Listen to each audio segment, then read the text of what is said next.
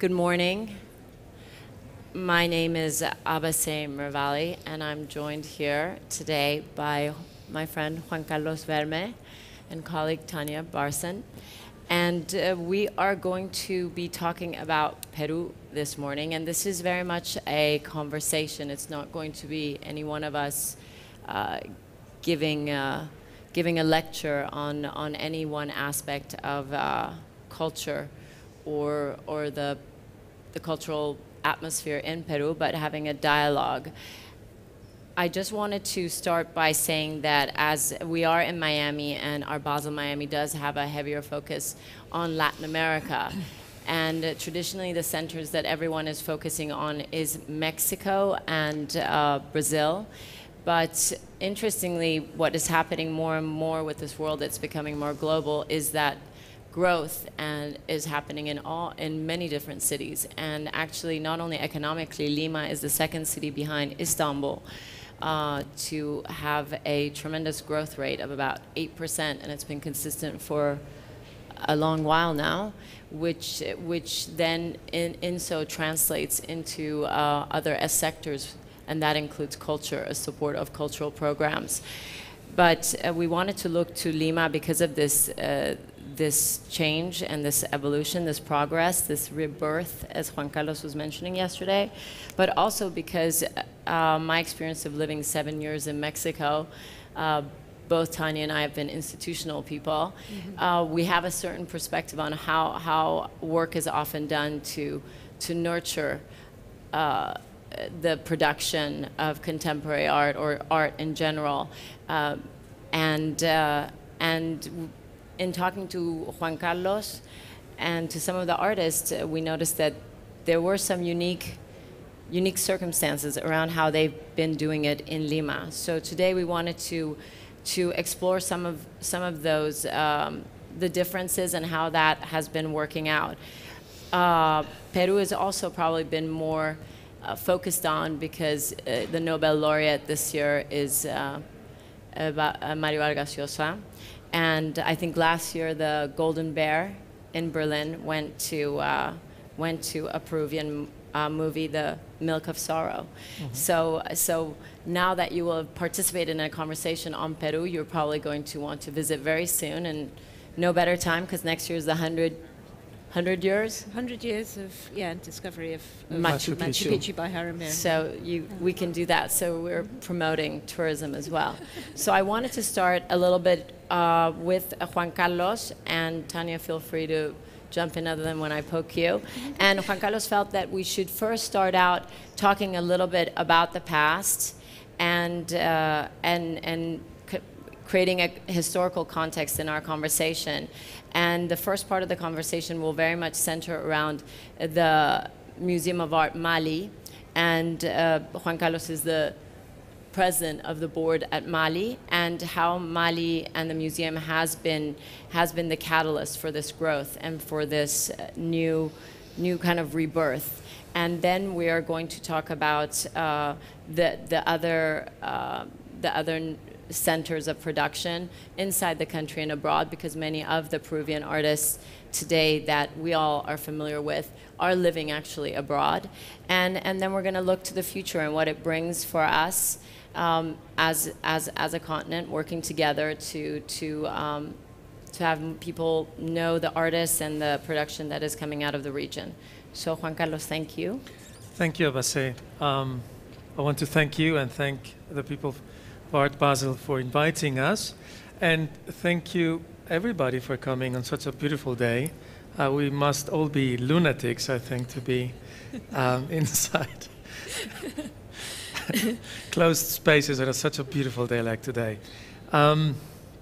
Yes, as you mentioned, first of all, we will be looking at some loose images of Mali. This is the building in Lima.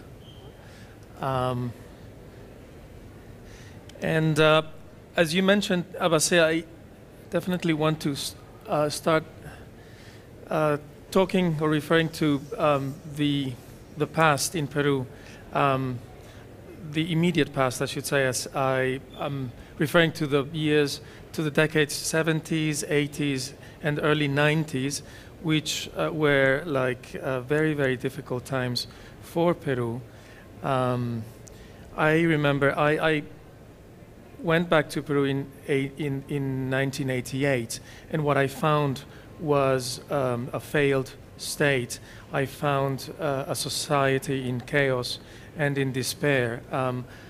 I found a society in a state of almost collective depression, I should say. It was the times of Sendero Luminoso and very corrupt governments. We had 7,000% inflation a year, which back then was the second highest inflation in the history of mankind after the inflation of the Weimar Republic in Germany. And also you had some 7,000 bombs going off every year. It was really a very difficult time, and art, I'm afraid, in those days was mainly done in closed spaces, and the broad public had not really access to what was being produced by artists in very residual spaces. I think it was a time when the whole country was on survival mode, really. Well, that is the Peru I found in 1988. I myself was born in 1964, and I can tell you that Peru today is a completely different country than the one I found when I was born. I think it's a thriving country now, a growing country, a country where people are defining new possibilities and exploring new ways. It's a country in which social mobility has become a lot very important, actually. It was a very feudal country 40, 50 years ago, in my opinion. And all this, I think, places it in a very how shall I put it, fertile ground for visual arts to grow and to develop and to expand these days. I think what is happening in Peru is absolutely fantastic, and somehow comparable. It's not a precise comparison, but just to give you an idea, I think this is something similar to what probably happened in Mexico in the 90s. Mm-hmm. And what are some of the catalysts for this change, this growth, this rebirth? Well, I think there is a need to just redefinition and of ourselves as a people, and reinvention of for instance, one of the very important things that I think has happened and has changed is that the society has really embraced or is embracing the values of democracy, which is something that did not was not like this before. I remember 1988 in Peru, when I got there, every second week people would speculate about when the next coup would take place. Just to people would say, well, I think in 10 days probably the next coup will take place, and such and such general is probably going to be the next president of the republic. Such speculations are completely outside the minds of people now. Nobody dares to think, when the next coup will take place, because I think we have or are in the process of embracing democracy values, and the rule of law has become ever more important, and these things are like pervading society. But often political instability is a tremendous inspiration to artists. Do you find that stability is now creating a more fertile artist ground? Yes. And Tanya, Well, For my part, Peru is a country that I have mostly apprehended from outside. So mine is a very exterior view, looking at the country from outside. But what I've seen and observed, I mean, not totally, but largely from outside. What I've seen and observed is that I think what's really driving a renaissance within the Peruvian art scene is, firstly, the institutional motivation behind that's being led by the Mali Museum, but also this young generation of artists, which I think does parallel the situation in Mexico in the 90s or London in the 90s, of very self-motivated artists who know one another, also curators and writers, who organize their own exhibitions and events, or have opened galleries, but that have a sense of their own place within a very global art world as well.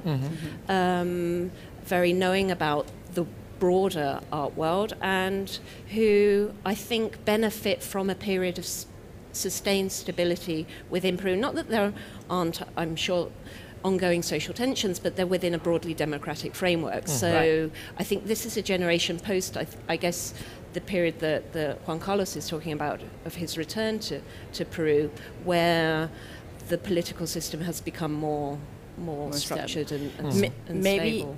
I think that's definitely true, and I think that we're in a world currently where people are focusing more on our countries, are focusing on Latin America, which certainly, if you talk to many in Mexico from the generation when they were breaking out, there were certain curators that they can point to that were interested in artists, but generally speaking, it was much of a struggle to get the attention.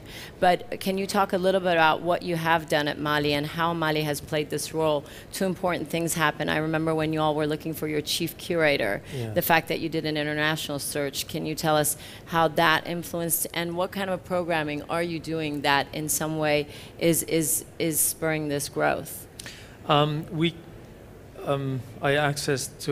became president of Mali some 5 years ago, and since then we followed deliberately, like I should say, an array of things that we wanted to achieve. One of them was we thought we needed a curator for contemporary art. We wanted contemporary art to be part of a more important part of the museum.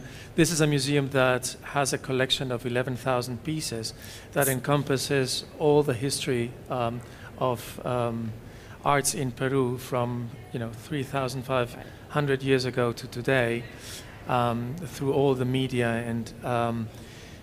But we thought that contemporary art was something that the public wanted and was keen to see and be able to follow. So we thought we need a curator for contemporary art, and there was a understanding that we wanted, first of all, a female curator, and secondly, we wanted someone possibly coming from abroad. Why from abroad? Because on the one hand, we thought this person from abroad could have a fresh look at Peruvian art as it was then or today, without coming with the prejudices or friendships or animosities that you many times have in a very small society like Peru is still and was. And we also wanted someone to come from abroad, because we thought once this person ends its function with Mali after 4 or 5 years, it will become an ambassador of Peruvian art and a very respected person that would know what happens in Peru. So we chose Tatiana Cuevas from Mexico, and she has been working with us since then. This has enabled many new dynamics in the museum. For example, this year we have done something that never had been done before in Peru, which is to create a show of Gordon Matta Clark that is a show of non-Peruvian content that has traveled throughout South America, has been in Santiago de Chile and in Sao Paulo and in Rio, and it ended in Lima. And we're very proud of that because, again, it's the first time that a Peruvian museum does a show, curates a show, organizes a show, and, so to speak, places that show abroad of non-Peruvian content. Things like that we have perceiving, and I don't want to be talking too much, but there was another very important thing that we deliberately pursued at the very beginning, which was to foster a group of very young collectors. Some of them are here, and some of them are in the fair, and now I've seen them since 2 days ago, wandering about. A group of young collectors that are very close to the museum, and that will, be the catalysts for change towards the artists and towards the institution. Can you share specifically with us the 2 projects that you guys established, which I think is actually really fabulous? I was invited to join the Latin American Acquisition Committee at Tate some 4 or 5 years ago, and what I did, and I'm proud to say it, I copycatted. We copycatted. I shall go back. Sorry. I was invited to join this Latin American Acquisitions Committee at Tate, and I went there and I found it really that it works very well, and that its bases are sound, and it is something worth doing in Peru. So 6 months after joining the committee, we had a similar committee doing the same thing in Peru. We invited some 40 people, and they were paying $1,500 a year. We set up a group of young intern curators, and we started buying art. Peruvian art. Peruvian art mainly at the beginning. Now we do something of Latin American art as well. But that is something that we're very proud of, and we have been buying very good stuff. We have been working closely to collectors, and that has been a very successful story so far. And how does that work with you being in an institution such as the Tate, working on these shows? How do you make it work with your colleagues and initiatives like this? How does that help you further? I think it's incredibly helpful. I think it's very interesting. This is another outcome of the Latin American Committee at Tate, because that was a plug. Not just that we've been able to acquire work through the committee and also through other funds by Peruvian artists for the collection back at Tate, but also that there is somehow an assistance to generating a market within Peru. A lot of the time the artists that I'm coming across are working outside of Peru, and I think that may well be symptomatic of the difficulties of sustaining a career within a context where there is quite an embryonic market, but at the same time may also be symptomatic of the participation of artists within a globalized art world context, and they're behaving in the way that their colleagues do from anywhere else. So, I mean, it's very interesting for me to see how and to follow how the market develops within Peru, and how the scene there then develops as well, because I think it generates new work in interesting ways. And I think there are important contrasts with the way that the scene has evolved within Peru, compared with the examples that you were giving earlier of Mexico and Brazil, right, which have, I think, sort of a much bigger and more dispersed structures, but at the same time, the way often that we perceive their work outside of those countries is through, for instance, national exhibitions. Right. And Peru somehow has avoided that sort of that cliche of establishing a kind of a sense of what Peruvian art is. Or a sort of branding of Peruvian art, which then artists find very difficult to shake off. So a lot of the time, the way I'm apprehending the work of artists is through individual projects or in much more much broader contexts than just in these kind of very national structures, which have been a way of marketing the art of a particular nation outside of the nation, but which end up being quite difficult thing for artists to then work with the legacies of. And I think also, but then there's also an issue around visibility, which is something to negotiate as well. And I guess something like the Venice Biennale, where Brazil and Mexico have their own dedicated pavilions, but Peru is part of a Latin American pavilion, also works in the other direction of perhaps. But I think somehow this more measured and more strategic program that you've had in some ways seems to have fostered a closeness that I see some of my colleagues from Mexico in the audience, so they can comment on this a little later. But in Mexico, there wasn't this strategic. Certainly not in the last decade that I was there, and I do think this has worked. I would like to shift a little bit. Speaking of collecting, it's kind of interesting, and you are a unique creature, not only because of you, but because because you were abroad and came back to Peru.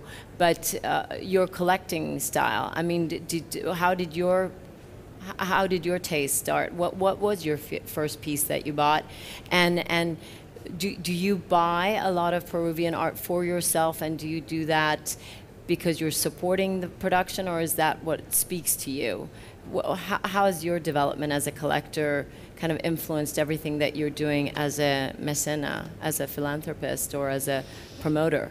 When I got back to Peru in 1988, what I found was a production of an artistic production that was sold in a few galleries, and I thought it was a production that is very much like not too interesting, and it was like meant to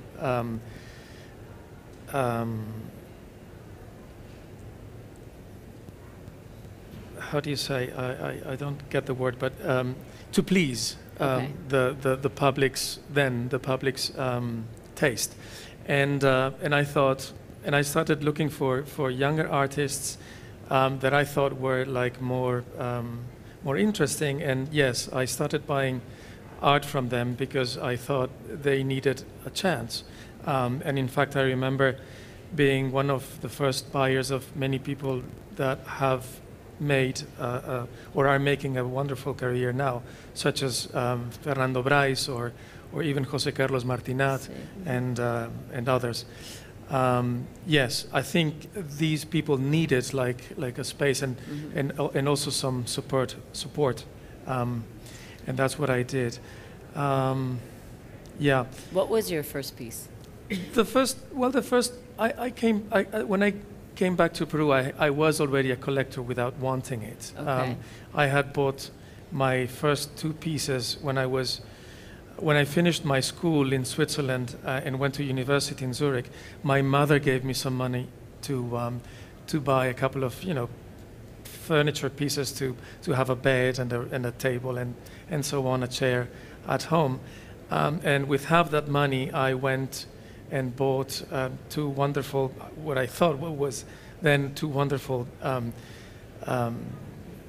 Miro prints. So I had only money left to buy to buy a how do you say, a mattress, and I was sleeping on the floor, but next to my two wonderful Miros. You must have been very sexy and attractive. That's how I became a collector, although I then hated the word. I long hated the word collector to characterize what I was doing. I now accept it because what you are is not only what you define for yourself what you are, but also what the others tell you what you are. So I accept that etiquette now. But yes, mainly when back in Peru, I was buying and was trying to like find people that back then were either very young or outside the trodden path, so to speak, and was helping them. Yeah. You are advising the Latin American Acquisitions Committee. How do you see the collectors from the Latin American countries that are represented on the committee, and the role, for instance, that each of them are playing in their countries versus what Juan Carlos and some of the collectors from Peru are doing? Well, I think that each of the collectors on the committee tend to work as ambassadors for their own particular context or background. And that brings a huge amount of knowledge to the Tate. So for us, it's incredibly interesting to have this conversation with that group of collectors, for there to be a free exchange of information between the museum, the institution, and those collectors who are really helping us to develop a representation of art of the region and outside of the region. A lot of the artists are working outside, of course, within the collection. So I see it very much as an ongoing dialogue with the collectors from in and around the region, because they have a lot of expertise that we don't have within. And many of us have learned a lot, as I was referring before. I think that Tate is a great institution, and to transfer some of that knowledge to our countries is very, very important. I see the ethics with which you work, the outstanding level in everything you do, and the people that work at Tate are fantastic. And that is, part of that knowledge is being transferred to our countries. I feel very proud and very happy to be very close to Tate. I have to say that I expect a job offering coming from you guys over there.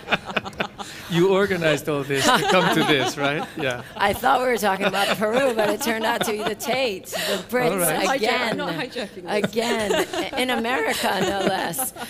No, but I have to say that as an adopted Mexican, I do have a lot of admiration, not, for you, obviously, but for how you all have strategized, by being on the different boards of other equally wonderful museums such as the MoMA and Museo del Barrio. Museo del Barrio. Well, no, El Barrio. Sí, El Barrio. El Barrio. El Barrio. Museo. El Museo. El Museo. No Barrio. And other institutions. And I think that this is kind of something that doesn't exist as much in the other countries, and slowly is happening, but more as a personal initiative, not so much as a community decision. And we do have a couple of people from Mexico here. We have very little time, but I would like to open it up to you. Kind of time got away from us, but Juan Carlos, Tanya, and I are here, and we can be taken for a glass of champagne and tell you all more about Peru.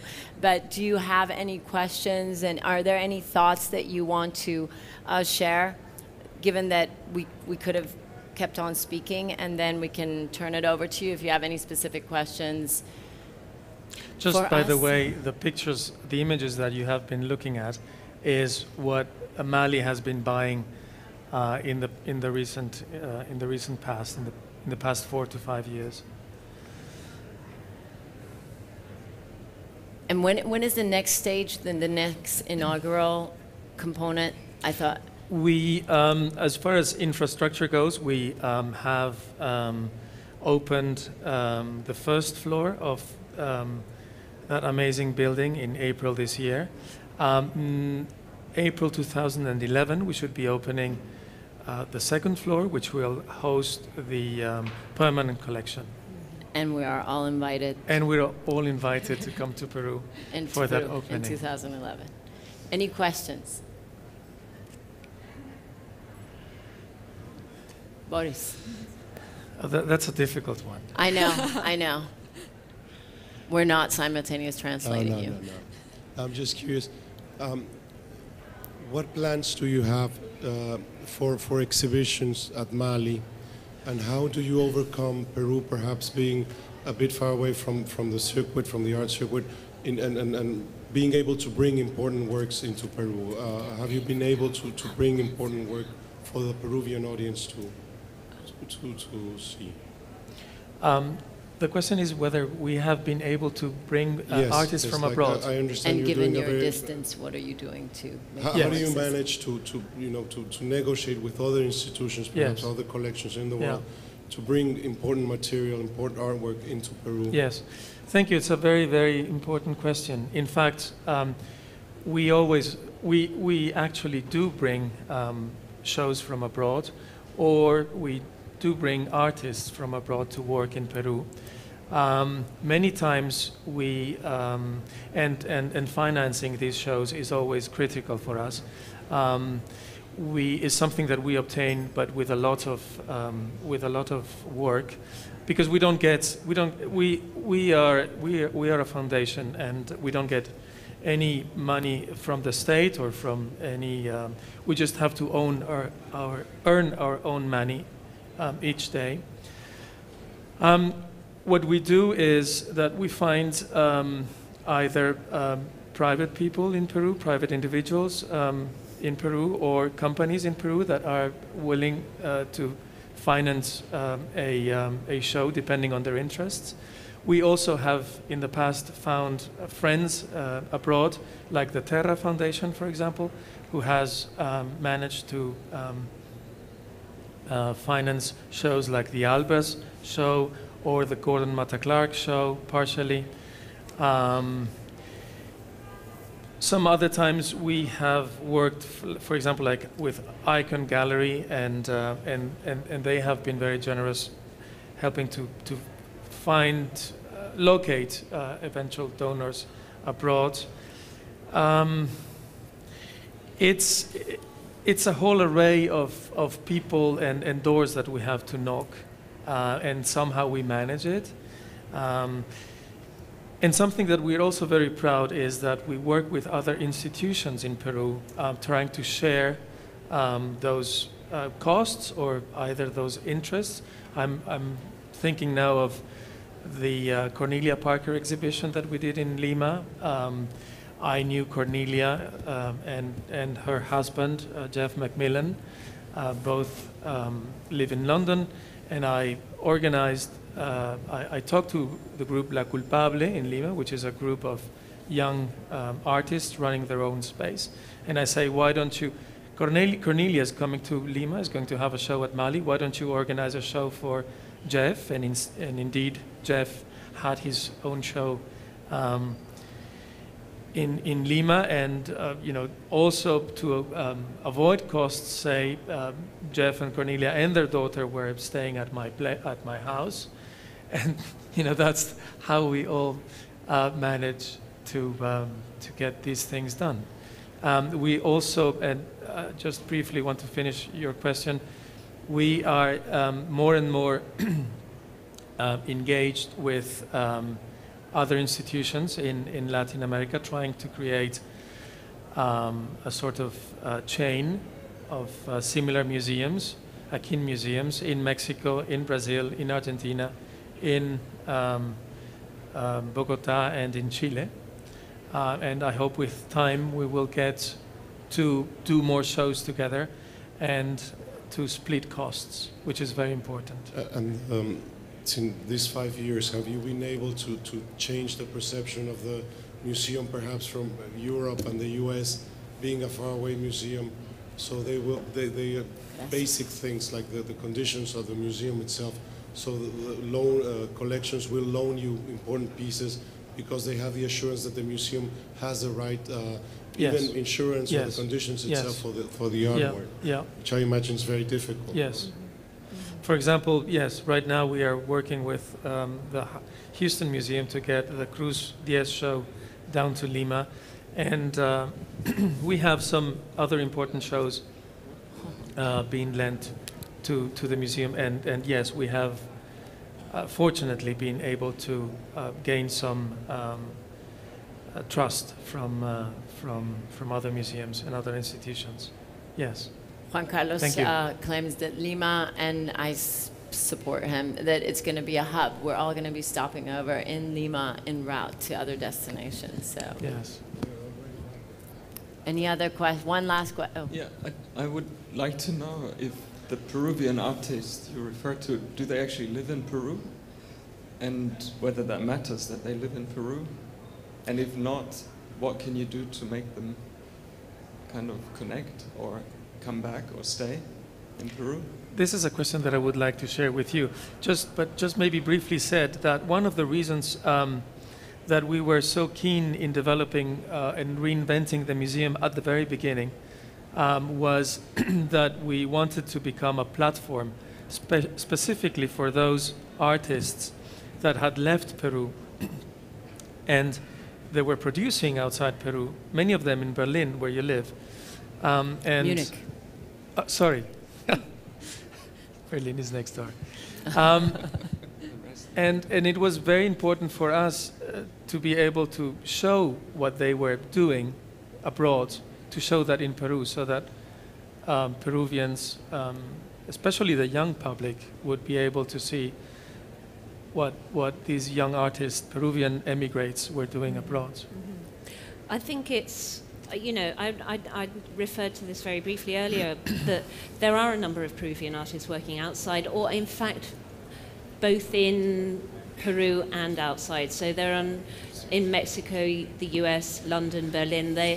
There is a very international presence out there, but I don't think that it's necessarily a problem. I think the development of the market in Peru is something to focus on, but it's not necessarily a problem to have artists who have a foot in the country, but who are also working outside as well.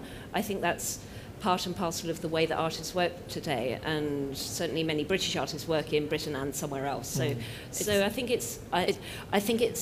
it's also symptomatic of a much more globalized art world in general, and it may well give other opportunities to show their work, which means that curators like myself are much more aware of their practice, but then there's also a responsibility for curators to be aware of multiple locations that are important within a contemporary art picture of contemporary art production today. Peru is one of those places where interesting things are happening. This is also an area where the United States is different than how it works in Europe. It often for the artist to go abroad is good when you come from countries like ours, because the community is very small and you could be stuck in a world of smallness, and being able to go abroad gives you the ability to just focus on your work and be able to interact with others just on an artistic level. And but the institutional support needs to be there. So probably the fact that the Mali started existing and supporting, bringing a chief curator that had experience internationally and had worked, that just gave people, the artists, the confidence to want to start coming back and working. But the good thing about this new global world, and where this generation, they're all born in 73, 74, very young artists, is that in the United States, with the budgets being cut by the museums, curators don't have the opportunity to travel often. And if people weren't leaving their centers of production, it still is very much. I noticed even in Europe, I was sharing my experience this last year being in Europe, that a lot of shows are done in Kunsthalles around Switzerland and Germany that are purely based on friendship. Many of those curators have never, ever traveled, to my surprise, to Latin America, Mexico or Brazil. So it's good. But coming from Mexico, we'd like to see more of the artists going and living in other Latin American countries. It's very nice. There's Peruvian artists in Mexico, and that, I think, has really enriched the artistic community. So our own artists communicating between themselves, living in Latin America, not only just going to Europe. But I think it's important to say there is a responsibility of curators to go and find out and have a deeper picture of I agree. Particular and from Mali, we would like to work more that aspect. And we'd love inviting curators to Peru to discover what is happening there. And we'd love any collectors in the audience to give more money to the institutions to make it possible for us to travel. If you let me finish or make a final comment from my side, I think this is a very important point. this is mainly a collector's audience. I think it's extremely important for especially Latin American collectors to try to help institutions, whether they are private or public. It's very important to help institutions and to help the local artists. We have a huge responsibility. All our countries are in the making, and I think it's only necessary and adequate to take that responsibility and help develop, sorry to say, but a better world. Peace, yeah, it works. Miss Congeniality, it does work. It's really important. I'd like to, yes, Mr. Neuger. Sylvia will no longer be my friend, but yes, Claudio says you can.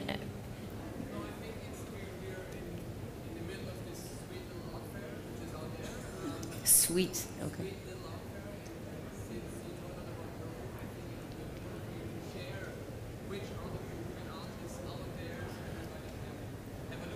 That's a very good point. Okay. Tanya? Well, I think there aren't just Peruvian artists in this art fair, but in other art fairs in the city at the moment as well. Alberto Boré is at the back there. His work is on show. He is physically there. Physically there behind you, and his work is in Nara. Cesar Cornejo is here too, physically. And there is other work. You showed some work by Ishmael Randall-Weeks, whose work is on show again in Nada. And yeah, there are a number of Proyectos from Barcelona. And Gilda Mantilla and Raymond Chavez, his work is here in Art Basel, Miami. Yeah. So, and I think maybe Barbara too may have work by Fernando Brais and J. Castro. Yes, and J. Castro. So thank you, and thank you to Art Basel, thank you Claudio, Silvia, and apologies. Thank you to you all for coming, and in particular to you, Tanya, and mi querido Juan Carlos. Thank you so much for doing this panel. Thank you. Thanks.